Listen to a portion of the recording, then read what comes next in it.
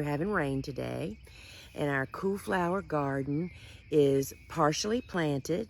Beds are all prepared, and I have the opportunity to use my tractor to front end load some of the bark, shredded bark that is from a tree that was cut down here on our property.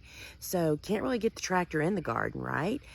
So I'm gonna actually just put down chips around the perimeter, the frame of the garden, you might say, just to help suppress any developing weeds. But I'm actually gonna run my walk behind tiller around the perimeter before I do that to get rid of any that are already growing. So that's what this process is gonna be all about.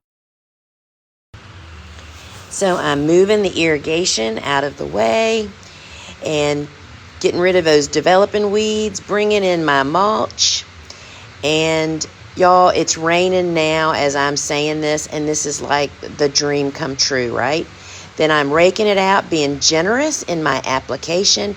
And in next week, the crew will actually get this same job done to all those pathways. And we're ready to roll for spring flowers with low maintenance.